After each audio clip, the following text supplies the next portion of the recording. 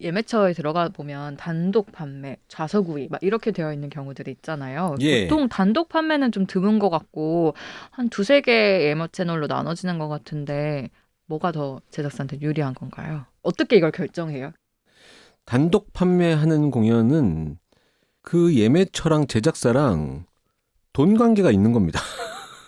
또는 신시 뮤지컬 컴퍼니는 거의 인터파크 인터파크. 단독으로 하는데 이건 이제 그 관계성이라고 생각하셔도 될 것 같고 뭐 예를 들어 EMK가 인터파크에서 한다. 그 EMK는 예전에 인터파크에서 같이 펀딩해서 그 회사 만들었었고 예스24 스테이지 공연장에서 하는 공연은 반드시 예스를 몇 프로 이상은 티켓을 줘야 좌석 되고 오픈해야 돼. 예.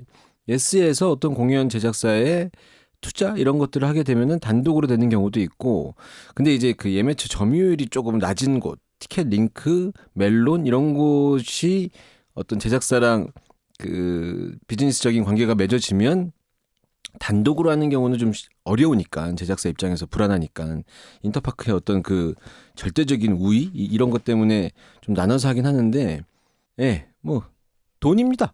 이제 인터파크가 티켓을 자기네가 온라인으로 판매하겠다라고 하면서 제작사를 다니면서 수수료 거의 안 받고 막 이렇게 조금씩 티켓을 가져오기 시작하면서 아름아름 영업을 뛰기 시작하더니 대학로에 있는 조그만 공연들 그리고 대학로에 당시에는 이제 콘서트도 많아서 그런 공연들을 인터파크가 좀 점유율을 많이 갖고 왔어요. DB가 고객의 DB가 모두 인터파크에 가게 된 꼴이 됐죠.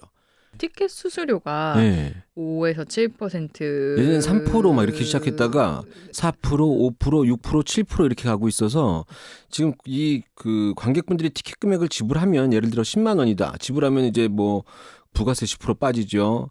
외국 라이선스 공연은 라이선스 피로 저쪽 그 뭐한 외국에다가 7, 주는 8 거 뭐 예, 이렇게 되죠. 7, 8%면 적은 거죠. 10% 넘어가는 것도 있고 20% 그 가까이 되는 것도 있고. 그다음에 이제 인터파크 이런 곳에서 뭐 5%에서 7% 사이를 가져가고 할인율도 가져가고 이러다 보면 티켓 금액을 내는 소비자들은 계속 비싸지고 돈 버는 데가 없어요. 예. 또 오늘도 이런 네. 이야기를 했어.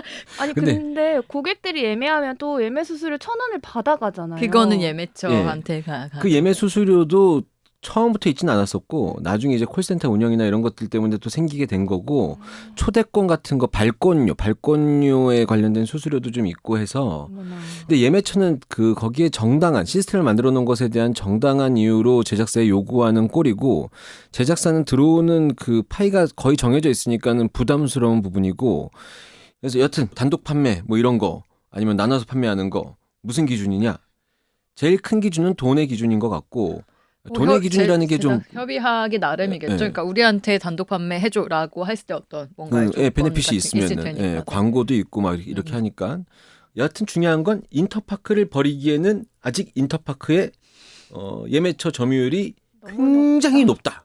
인터파크가 기본 티켓을 조금 더 다양하게 이쁘게 만들기를 저는 소망한다. 저는 서버를 늘리길 제발 소망합니다. 정말. 늘린다고 될까 모르겠어요.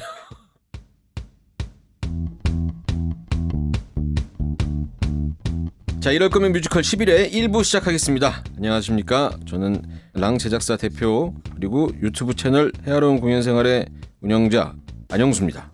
안녕하세요. 뮤지컬 매거진 더 뮤지컬 편집장 배경희입니다. 우리 이왕 이게 또 이렇게 인사하면 오랜만에 하려니까 굉장히 또 어색해지네요.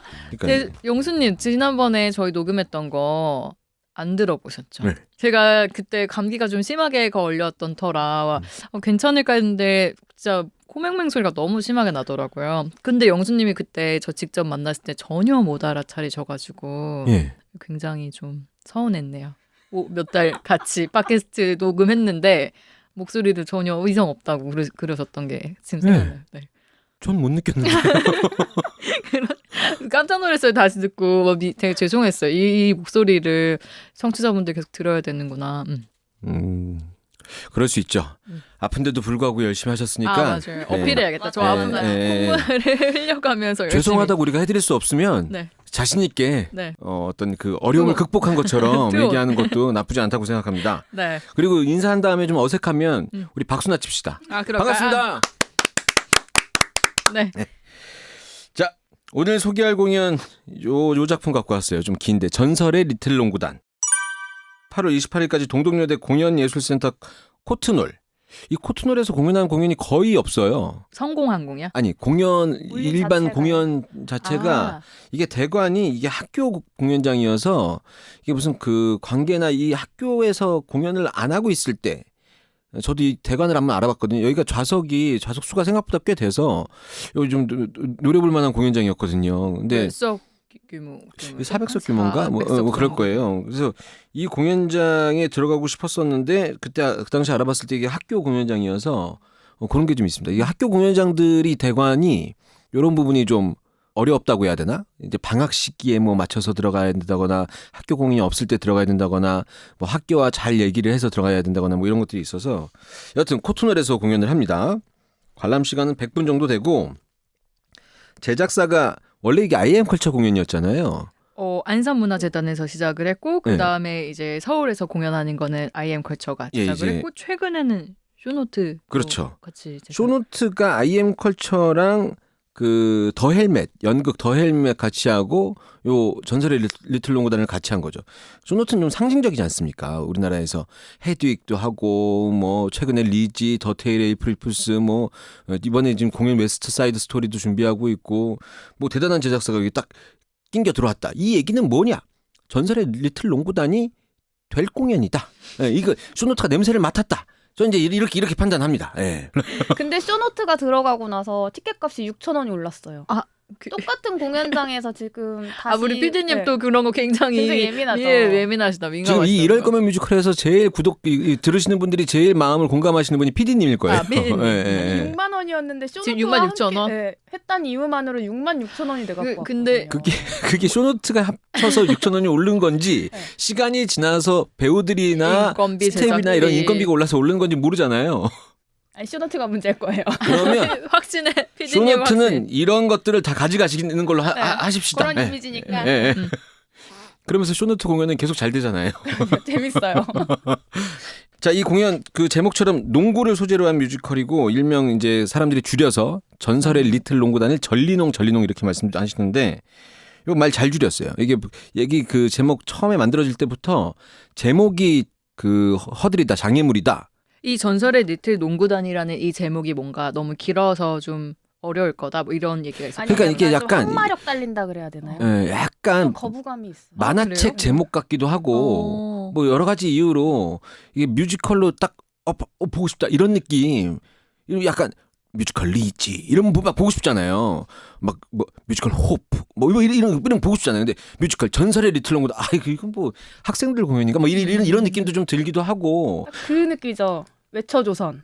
외쳐줘서 스웨이드 외쳐줘서 막 이런 그런가? 느낌, 이런 느낌처럼 공연을 보고 나면은 제목이 왜 이렇게 졌는지 알겠는데 보기 전에는 약간 선뜻 다가가기 힘든 뭐 이런 느낌이 있었는데 그래서 사람들이 줄여서 부르기 시작했던 이 전리농이 차라리 저한테는 더 많이 들었던 제목입니다. 그거 이름 지을 때 그거 진짜 중요한 것 같아요. 긴 이름 요즘에 대부분 추격해서 부르니까 네.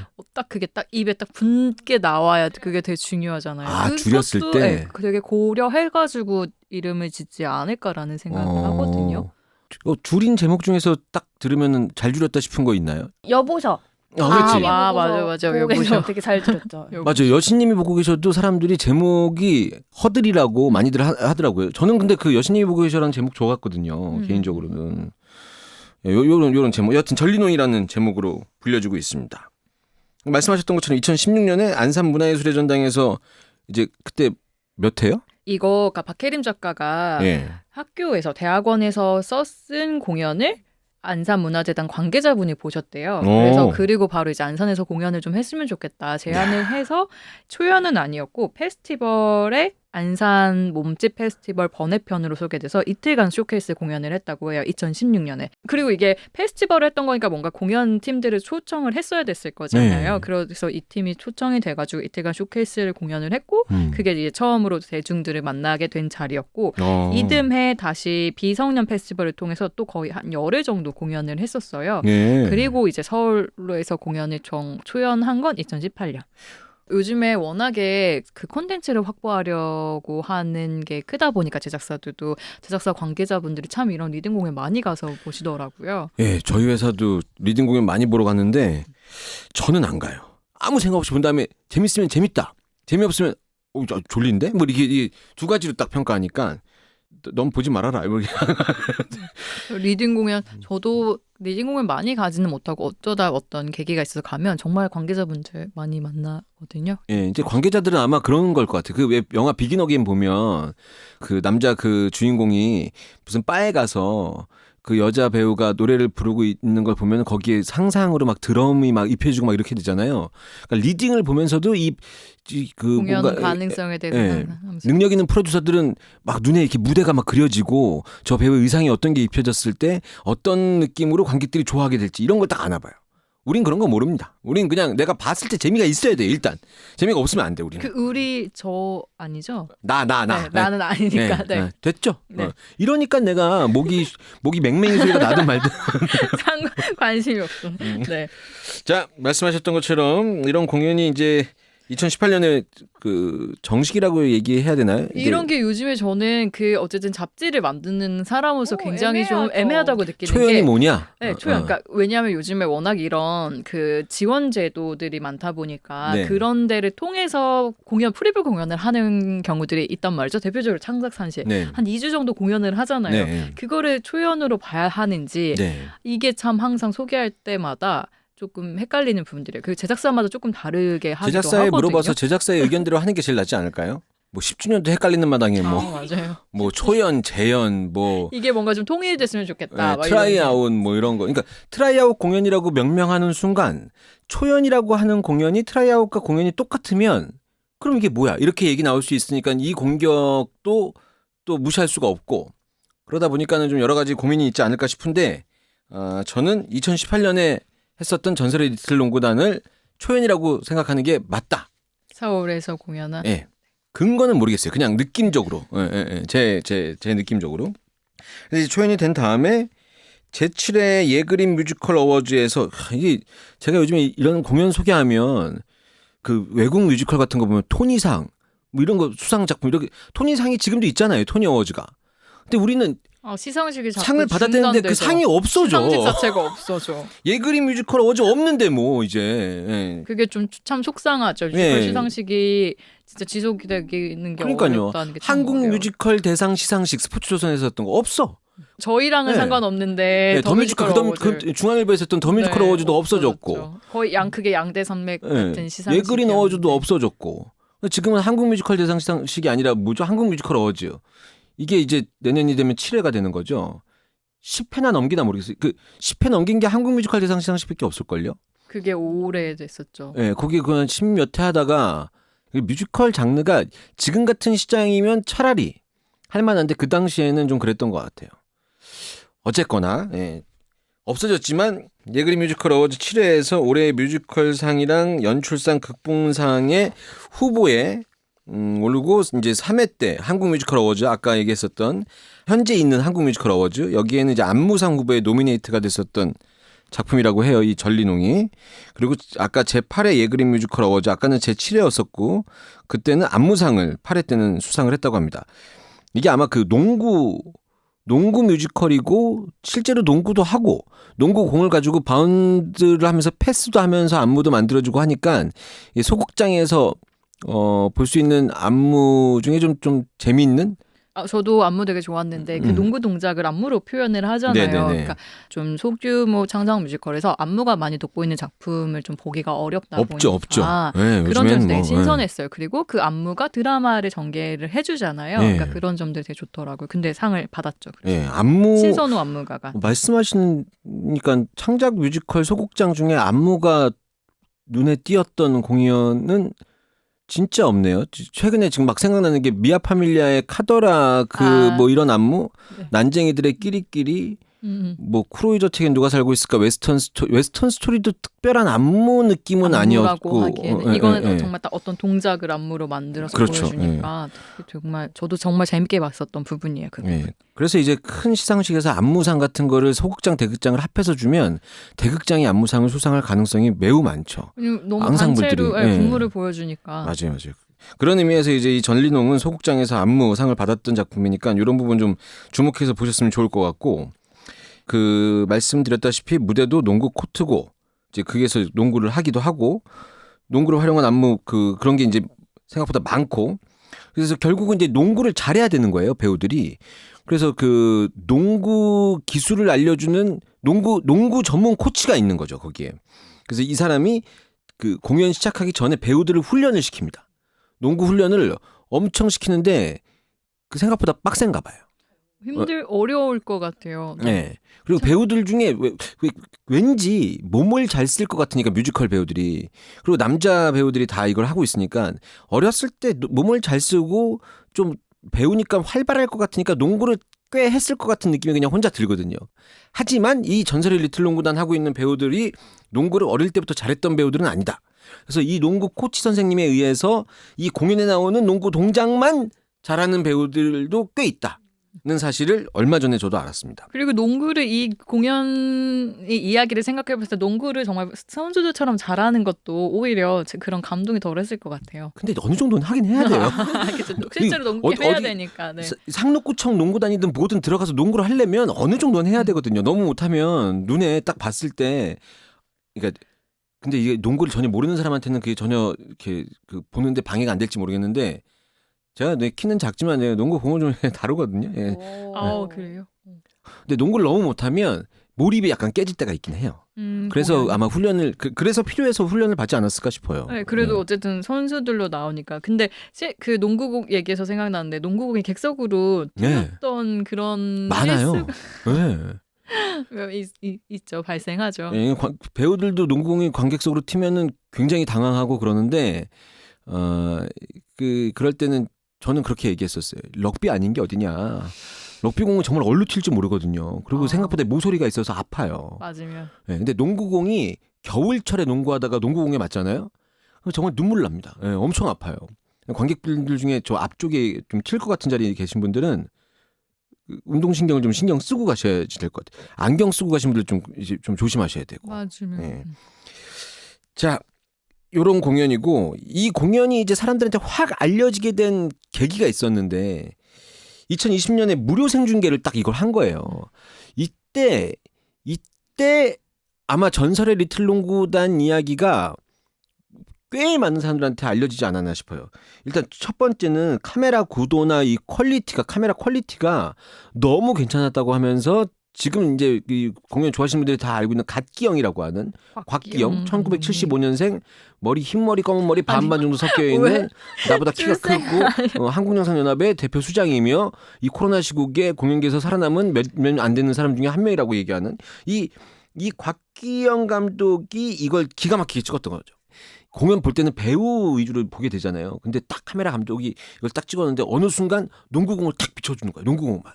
여기에 이 공연 봤던 사람이 이 감독은 이걸 안다 이러면서 그리고 이제 캐비넷을 여는 장면인데 캐비넷 딱 열었는데 캐비넷 쪽에서 캐비넷을 여는 쪽을 딱 비춰주는 거죠. 영화도 아니고 여기에 이제 관객들이 막 곽기영 아니 갓기영 이러면서 막 갓기영 그 사람 누구지? 요즘에 우영우에 나오는 강기영 강기영 공연계는 갓기영 무리수였다. 여튼 이렇게 됐고 당시에 여기 이제 제가 기억하기로는 보통 무료 생중계 같은 거에서 뭐 대형 뮤지컬 같은 거 쇼케이스를 무료 생중계 해주거나 이러면 야 지금 10,000명이 본다고? 20,000명이 본다고 막 이랬는데 이 당시에 전설의 리틀 농구단 무료 생중계를 했는데 50,000명인가 카운트가 이게 중복인 누적인지 어떤지 모르겠어요.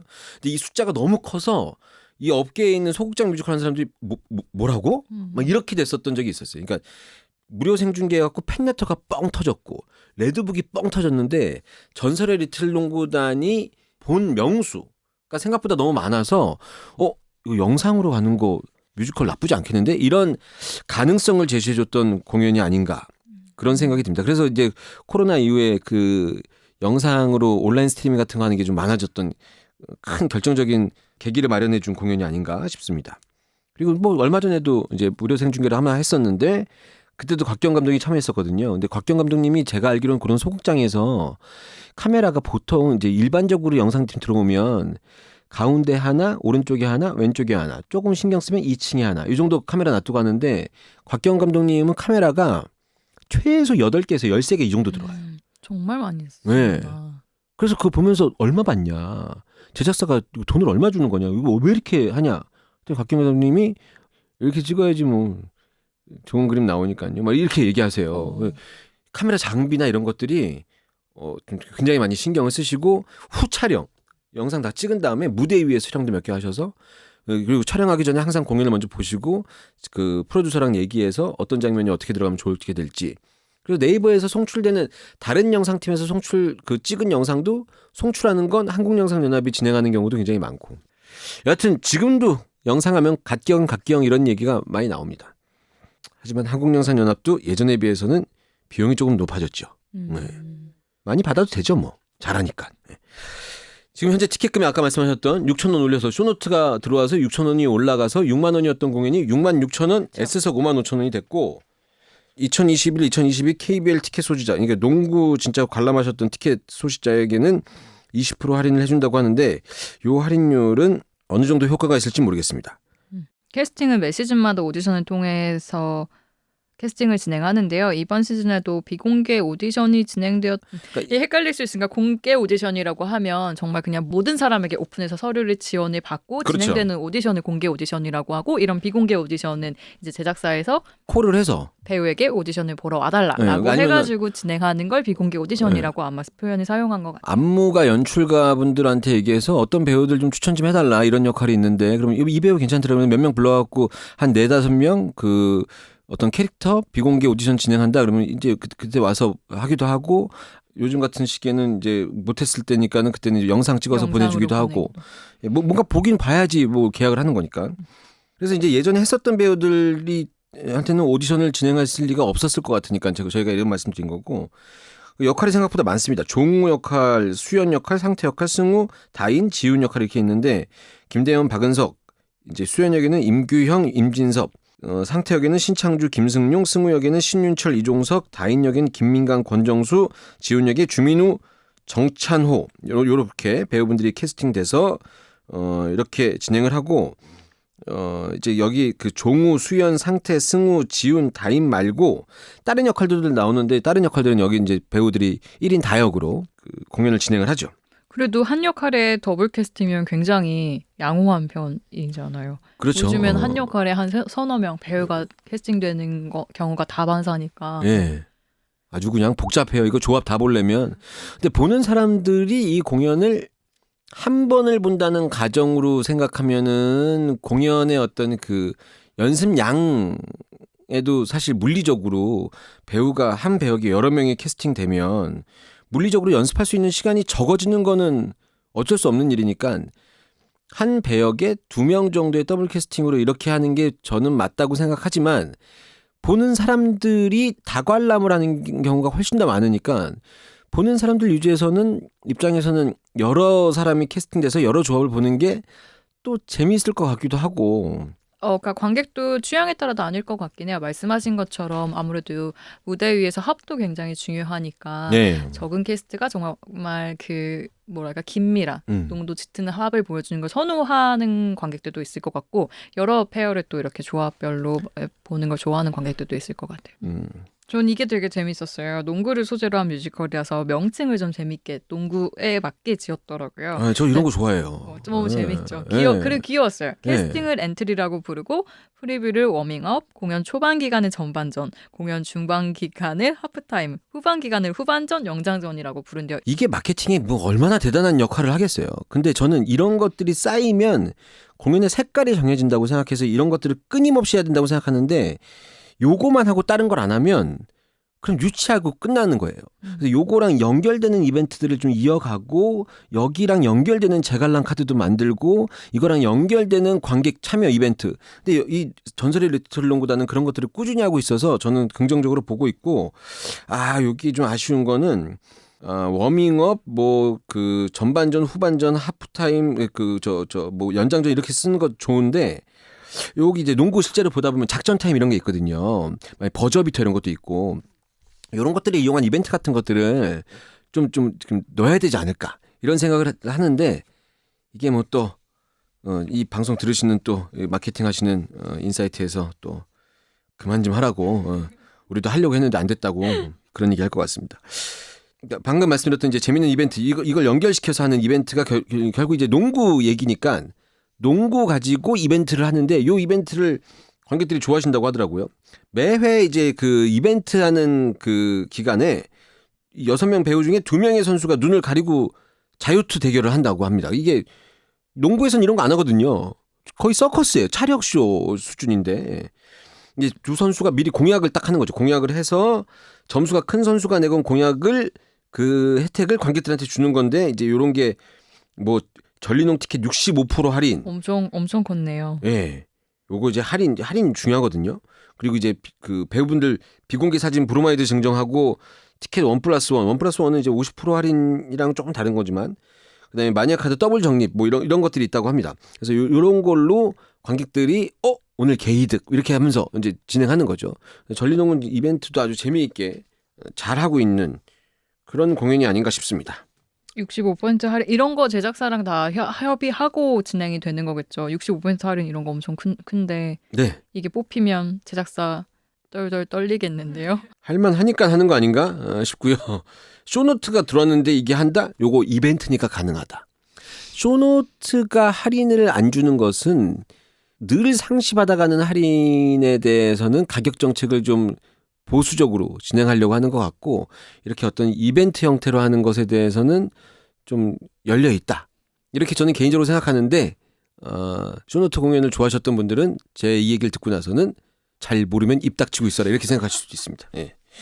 자, 줄거리를 간단하게 좀 말씀을 드릴까요? 네. 근데 줄거리 간단하게 말씀드리면은 우리 PD님이 방송 이거 모니터 하셨더니 너무 짧아갖고 모르시는 분들이 듣기에는 잘 공연을 모를 수도 있을 것 같다 이렇게 생각하시는 것 같아요. 예.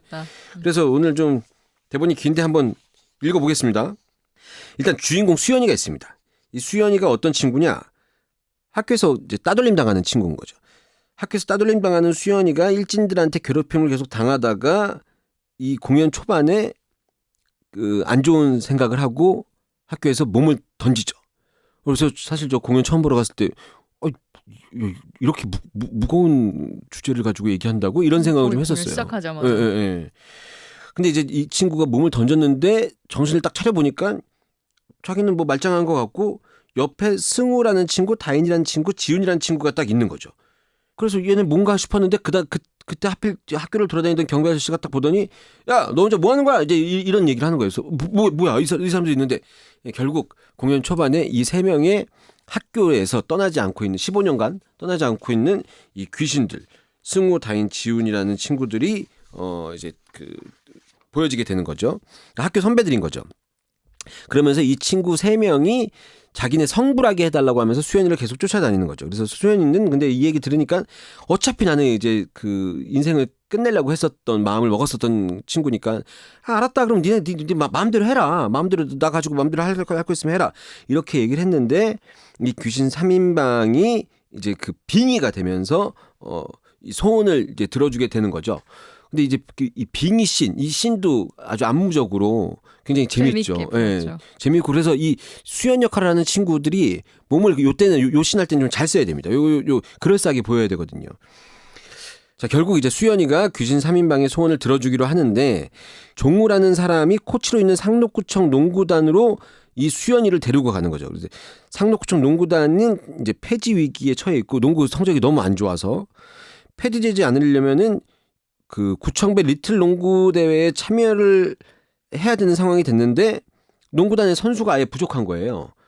이런 상황을 좀 알고 있었던 이 귀신들이 귀신 중에서 한 명이 승우가 농구를 굉장히 잘했었던 귀신인데 이 친구가 수연이 몸에 빙의를 딱 해갖고 기가 막힌 농구 실력을 딱 보여주는 거죠. 그래서 야, 저 정도면은 너 들어와. 상록구청 농구단에 이 수연이가 들어가게 되는 겁니다. 그래서 얼떨결에 농구단에 들어간 수연이는 훈련도 열심히 하고 거기서 이제 상태라는 캐릭터 너무 재밌거든요. 되게 묘해. 그리고 상태라는 캐릭터를 연기하는 신창주, 김승용은 실제로 봐도 웃기고 묘한 친구들이에요. 이 상태라는 친구도 사귀게 되고 이 상록구청 농구단이 뭐 여러 가지 소위 얘기해서 오합지졸이 모여있는 농구단인데 이 친구들이 의기투합을 하면서 이 리틀 농구단 대회에 참여하게 되는 거죠. 그러면서 이 귀신들의 이야기들이 동시에 같이 펼쳐지게 되고 아까 얘기했었던 상록구청에 있었던 뭐 의지가 전혀 없어 보이는 종우라는 사람과의 관계가 보여지면서 우리 이 전설의 리틀 농구단을 좋아하시는 관객분들이 눈물을 흘릴 수 있는 포인트의 이야기가 펼쳐지게 되는 거죠. 그래서 자칫 이렇게 시놉시스만 읽으면 종우 그다음에 그 아까 귀신이었던 그 다인이랑 승우랑 그다음에 지훈이 이 친구가 약간 그 사이드적인 캐릭터 인물인 줄 알았는데 공연을 다 끝에 보고 나면 이 세 명 때문에 눈물을 흘리고 다 그렇게 됩니다. 자, 이 전설의 리틀 농구단 이 뒤의 내용까지 보셔야 이 제목이 왜 오합지졸 상록구청 농구단이 아니고 왜 전설의 리틀 농구단인지 알게 되는 내용이 되는 거죠. 이거 박혜림 작가가 그 대본을 썼는데 네. 더뮤지컬에서 박혜림 작가 인터뷰했던 적이 있거든요. 그때 이제 그런 얘기를 해줬었는데 이 작품을 떠올리게 된 이게 대학원에서 쓴 작품인데 이 작품을 떠올리게 된 그런 계기 중에 하나로 박혜림 작가 친구가 고등학교 때 대구 지하철 참사로 친구를 잃었대요. 근데 그때 이제 막 친구들하고 만나러 가기로 약속이 되어서 만나러 가기로 했는데 그 친구가 박혜림 작가의 친구분이 잠이 들어서 그 늦게 갔다는 거예요. 그래서 본인은 살고 친구들은 죽게 된. 그래서 그게 굉장히 이제 마음에 남아 있는 그런 이야기를 들려줬다고 하는데 그래서 박혜림 작가가 친구한테 그 친구들을 지금 다시 만난다면 뭘 하고 싶어라고 했더니 친구가 무슨 할 얘기가 뭐가 있냐 그냥 농구나 한 게임 하고 싶다라고 해서 거기서 이제 아이디어를 얻어서 이 작품을 썼다고 해요.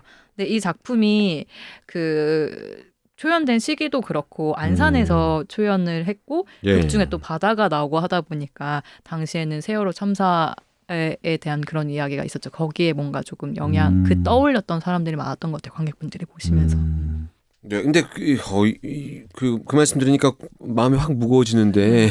그 친구분 그리고 박혜림 작가가 그런 얘기 되게 많이 했었는데, 그러니까 작가로서 어떤 이야기를 해야 될지 좀 관심을 가지고 있는 그런 것 중에 하나가 죄책감이라고 얘기를 했었어요. 왜냐면 죄책감이 생각하기에 동물이 가지지 않는 인간이 느낄 수 있는 감정인 것 같다라고 해서 그런 부분에 대해서 고민을 많이 한다고 하더라고요. 어우, 신나게 얘기했는데 마지막에 우리 편집장님이 얘기해 주신 이 부분이 그 친구의 마음이 참 상상이 안 돼요. 그런 일을 실제로 겪으면 살아가는 데 있어서 어땠을까. 근데 이 이야기가 정말 되게 확 왔을 것 같아요. 박혜림 작가한테. 그리고 제가 기억하기로는 이 안산 공연을 본 관계자들이 또 있을 거죠. 공연 관계자들이 그때 바로 박혜림 작가에 대한 이야기가 꽤 많이 들렸던 것 같거든요. 되게 뮤지컬을 이제 잘 쓰는 작가가 등장을 했다. 뭐 이런 얘기를 좀 들었던 걸로 기억을 하고, 대학교 자체는 한예종 연출과 졸업했거든요. 예. 근데 작가 하고 싶어가지고 대학원을 음악극 창작 협동 과정으로 가서 지금은 초반에는 오히려 그 작가로 되게 활발히 활동하다가 최근 몇 년 사이에는 연출로도 많이 조금 작품에 몇 편 참여했었죠. 네. 나와 나타샤와 흰 당나귀 이게 상을 좀 많이 받았었고 첫 작품이 바로 상 받으면서 그 제가 어디 언론사에서 줬던 상도 받아갖고 상금을 들었는데 꽤 금액이 커서 부러워했던 적이 있었습니다. 얼마요? 얼마였어요? 기억 안 나요. 근데 제가 듣기에는 우와 좋겠다 이렇게 생각했던 것 같아요. 차범석 희곡상도 받았잖아요. 나와 나타샤와 흰 당나귀로. 네. 요런 메시지가 있는 작품이고 요런 의도가 있는 작품인데 공연 보시다 보면 재밌어요. 그냥 즐겁고 유쾌하고 귀엽고 굳이 뭐 너무 이렇게 고민하지 않고 공연을 보시다가 마지막에 그 친구들과 종우와의 관계나 이런 것들을 보시면서 마음이 좀 뭉클해지는 그런 공연이고, 그래서 그런지 몰라도 이 전설의 리틀 농구단이 공연 끝날 때쯤 되면 항상 이렇게 사람들이 공연은 늘 재밌고 배우들은 땀을 뻘뻘 흘리면서 커튼콜 인사를 하는데 관객들은 울고 있고 눈물 훔치고 그래서 저 뒤쪽에 이 공연이 나중에 소문 듣고 재밌다며 하면서 본 사람들은 나만 안 울고 있으니까 이상하고 뭐 이런 느낌이 나는 그런 공연입니다. 그 공연 8월 28일까지 공연한다고 하니까 아마 그 뒤에 가면 또 자리 찾기가 좀 힘들 수도 있으니까 자리 있을 때 빨리 예매해 보시고, 예전에 보셨던 분들 난 워낙 많이 봤으니까 이러신 분들 한 번씩은 또 의리로 봐줘야 돼. 이것도 의리 중요하거든요. 농구단. 예. 보셨으면 좋겠습니다. 청취자분들이 보내주신 후기를 한번 볼까 하는데 극 이름 때문에 안 보다가 요 얘기예요. 예, 극 이름 때문에 전설의 리틀 농구단 요거 마음에 안 간 거죠. 안 보다가 무료 생중계를 보고 재밌어 보여서 이것도 제가 마케팅 포인트. 무료 생중계가 공연 제작자들은 공연을 영상으로 보는 거 의미 없다 이렇게 생각하시는 분들이 굉장히 많은데 저는 많이 보여주면 그중에 몇 명 걸린다. 이렇게 꾸준히 작업하다 보면 공연장에 와서 공연의 매력을 느끼면 된다. 이렇게 저는 생각하는데 이건 뭐 여러 가지 이유로 배우들 중에서 영상에 남는 거 싫어하는 사람들도 실제로 있고. 무대 공연장 가서 보고 싶을 것 같거든요. 네. 그러니까 영상을 잘 찍어야 돼요. 맞아요. 잘 네. 찍어야 돼요. 아니면 못 찍을 거면 아주 못 찍어서 초점도 안 잡히게 찍어갖고 깝깝해서 보고 싶게 이렇게 만들든가 아주 잘 찍든가 둘 중에 하나. 예. 무료 생중계 보고 재밌어 보여서 극장 가서 보고 왔습니다. 무대가 아래에 있고 좌석이 높아지는 식의 극장이라 단차가 아주 좋습니다. 의자도 영화관 의자 같아요. 여기 코튼홀 가보고 싶었는데 수연역의 임진섭 배우 저도 임진섭 배우로 봤었었는데 저도 임진섭 배우 봤어요. 저는 두세 번 봤었는데 그중에 한 번이 임진섭 배우였는데 네. 극 초반에 배우 피지컬 보고 인지 부조화 왔어요. 저도요. 근데 얼굴이 순해. 너무 되게 순한 곰. 고스란히 네. 그래서, 네. 너무 순하게 느껴져갖고 저등치로 괴롭힘 당한다고 일진들 때려눕힐 것 같은데 하지만 임진섭 배우는 수연이 그 자체였습니다. 저도 약간 그렇게 느꼈고 임진섭 배우가 수연이를 계속하다가 나중에 꼭 종우 선생님 역할 한번 해보고 싶다고. 여하튼 수연이 그 자체였습니다. 찌질하고 소심하고 왕 크니까 왕 귀여워요. 뻔한 스토리라고 생각할 수도 있지만 내용 알고 봐도 재밌고 슬프고 감동적이에요. 메시지는 다 챙겨볼 겁니다. 앞으로 이제 계속 보게 되지 않을까요? 일단 당장 관계? 웰컴 대학로의 웰컴 시어터 작품 중에 하나로 되어 있으니까 그때도 한번 보시면 좋을 것 같아요. 공연장 바뀌니까. 네. 이런 후기도 있어요. 반전이 감동적인 작품입니다. 알고 가도 감동이지만 기왕이면 스포 밟지 않고 가시는 걸 추천드려요. 영화 헬로 고스트 보는 느낌이었어요. 그리고 배우들 정말 대단합니다. 농구도 하고 노래도 하고 안무도 하고 연기도 하는데 심지어 다 너무 잘해요. 뮤지컬 배우 아무나 하는 거 아니구나를 다시 느끼고 왔습니다. 배우들 그저 빛, 눈물 줄줄 흘리고 왔지만 가슴속엔 희망과 감동 한가득 품고 왔습니다. 그러니까 이게 예전에 연극 중에 유도소년 저 그거 진짜 재밌게 봤어요. 저도 재밌게 봤었어요. 근데 지금에 보면 어떨지 모르겠지만 그거 초연됐을 때는 거의 10년 가까이 됐잖아요. 이제 그때 정말 재밌게 봤던 기억이 나요. 네, 저는 그 내용이나 이런 거를 다 떠나서 소극장에서 공연을 볼 때 느껴지는 재미 중에 감동 중에 큰 포인트 중에 하나가 배우들의 활동량인 것 같아요. 땀.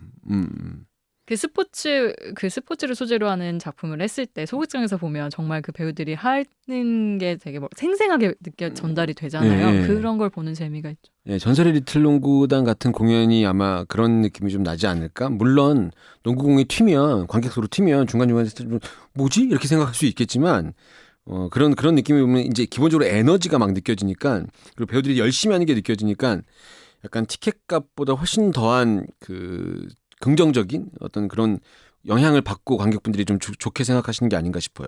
그래서 요즘에 2인극, 3인극 이런 공연들이 캐릭터를 잘 설명해서 섬세하게 설명해서 좋은 것도 있지만 좀 그 소극장에서도 좀 그냥 북적북적거리는 공연들도 좀 많이 나왔으면 좋겠다는 생각이 듭니다. 에너지 넘치는. 전설의 리틀 농구단 우리 편집장님 추천해주고 싶은 사람. 어떤 사람한테 보면 좋을까 좀 추천을 네. 하는 걸 좀 한번 생각해 봤거든요. 근데 공연 중에 이런 대사가 있어요. 기억하실 텐데 농구는 혼자 하는 게 아니라 같이 하는 것이라는 대사가 나오거든요. 네. 그 왜 요즘에 좀 살다 보면 되게 시니컬해지는 순간들이 있잖아요. 그냥 혼자가 편한 것 같고 네. 누구 만나는 것도 그냥 귀찮은 것 같고 네. 그렇게 생각이 드는 사람들이 보면 좋을 것 같아요. 함께 산다는 것, 함께 한다는 것이 어떤 살아가는 데 있어서 어떤 힘이 되는지 좀 일깨워주는 그런 작품이라고 저는 생각합니다. 네. 네. 그리고 진짜 저희가 지금까지 얘기 많이 한 것처럼 그 에너지, 네. 그 배우들이 정말 땀 흘리면서 게임을 하는, 농구 게임을 하는 그런 에너지를 만끽할 수 있는 작품이라서 학생들도 보면 재밌게 볼 것 같아요. 네. 저는 개인적으로는 추천해주고 싶은 사람 말씀하셨으니까 이 제목만 보고 기가 막힌 농구 기술을 완벽히 익힌 퍼포머들이 농구로 하는 넘버볼 퍼포먼스 같은 공연인가 보다라고 오시는 분들만 안 오셨으면 좋겠어요.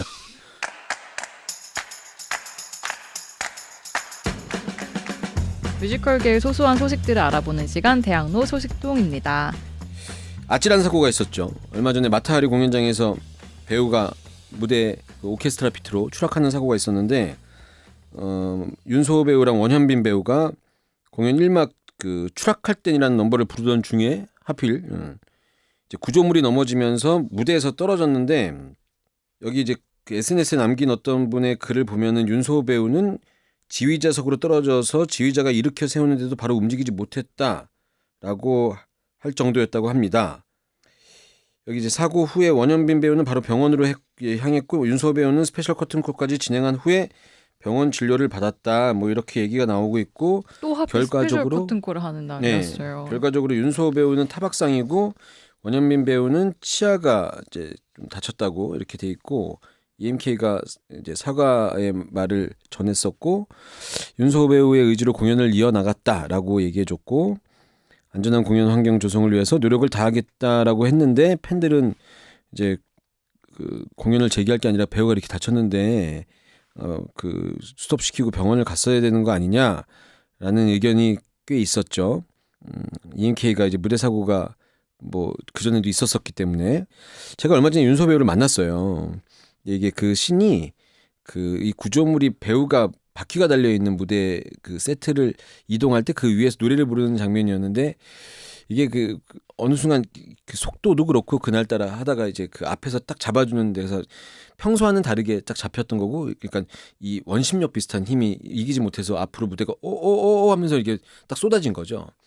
근데 아까 지휘자석으로 떨어졌다고 했는데 윤소호 배우의 직접적인 말로는 천운이죠, 천운. 지휘자석에 그 몸이 한번 탁 부닥치면서 완충 작용이 되면서 다행히 큰 부상 없이 딱 떨어져서 지난 일이니까 소호 배우가 농담처럼 저한테 웃으면서 그때 탁 정신이 든 다음에 그 아주 조그만 사고 같은 게 있으면 애드립으로 이걸 좀 무마를 하고 넘어가야 되는데 근데 보통 애드립하면 이걸 내가 캐릭터로 해야 되나 소호로 해야 되나 막 이제 이런 생각을 했대요. 근데 그 당시에 그 옆에 있는 사람이 소호야 괜찮아 이제 이렇게 딱 되는 바람에 윤소호로 해야 되는 거구나 이렇게 생각했다고 하면서 결과적으로 현재 많이 안 다쳤기 때문에 정말 다행히 그렇게 저한테는 이제 그 지나간 얘기니까 좀 우스갯소리를 이야기했는데 천운이라고 얘기했고 저도 그 당시에 이제 그 사무실에 있으면서 그 소식을 실시간으로 막 얘기가 나오니까 들었는데 어떻게 공연을 하지? 이거 무조건 멈춰야 되는 거 아니야? 이렇게 됐는데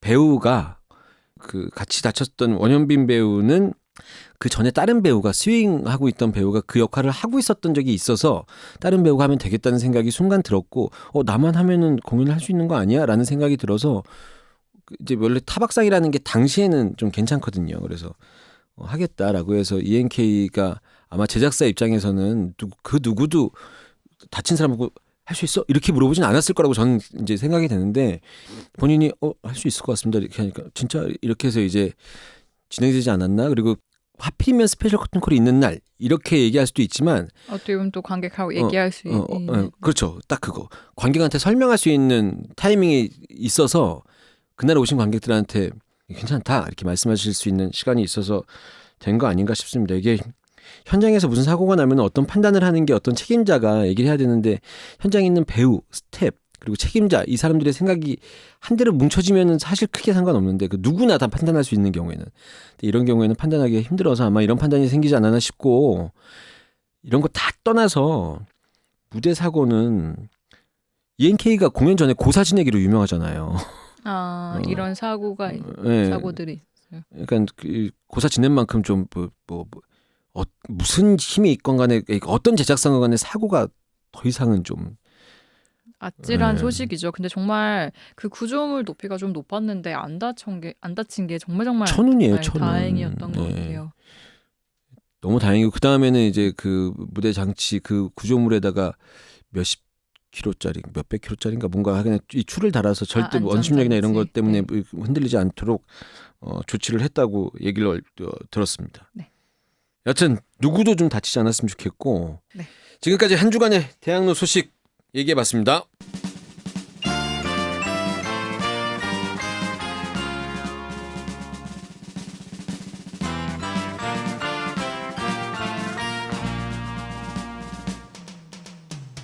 저희는 목요일 2부로 돌아오겠습니다.